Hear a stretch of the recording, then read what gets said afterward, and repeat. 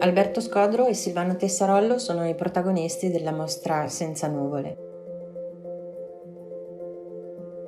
Sono entrambi operativi nel territorio bassanese e sono due artisti che hanno al loro attivo molte mostre, sono rappresentati da gallerie importanti anche internazionali. Ciascuna loro opera è composta da materiali che sono stati raccolti nei dintorni del museo, raccontano delle storie che possono essere raccontate e viste proprio passeggiando nel territorio bassanese, e questo fa sì che la loro visione, la loro proposta artistica sia molto più interessante proprio per una città e proprio all'interno di un museo civico, perché racconta la storia di tutti. Racconta la storia dei cittadini, racconta la storia della loro terra, racconta la storia di quella che è un'evoluzione culturale e artistica in atto in questo momento.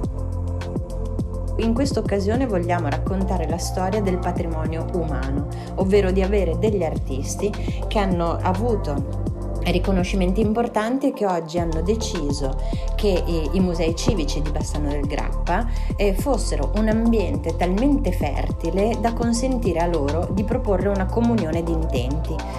una terza visione molto più alta e proprio per questa ragione molto più radicata delle due di cui sono sempre loro gli autori, ciascuno appunto con il proprio linguaggio e con la propria esperienza.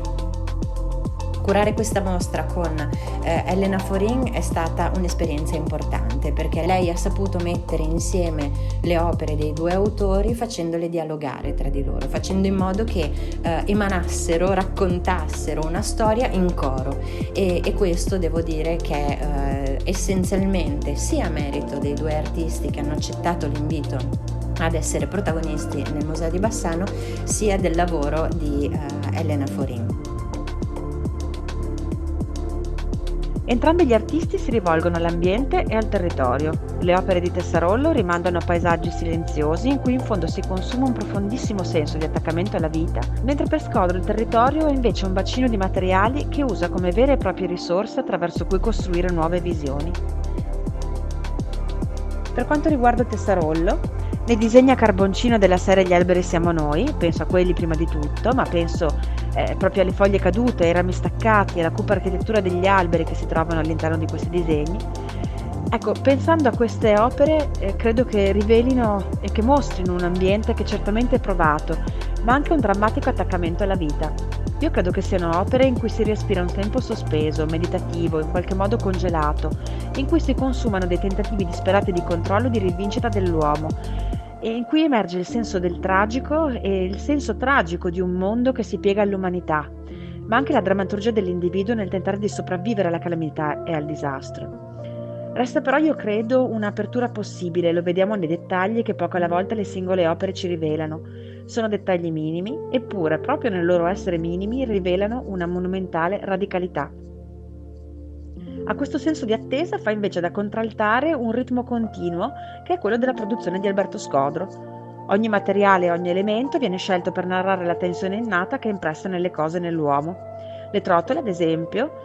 con quella spinta all'accelerazione che nasce dal modo in cui vengono plasmate sul tornio,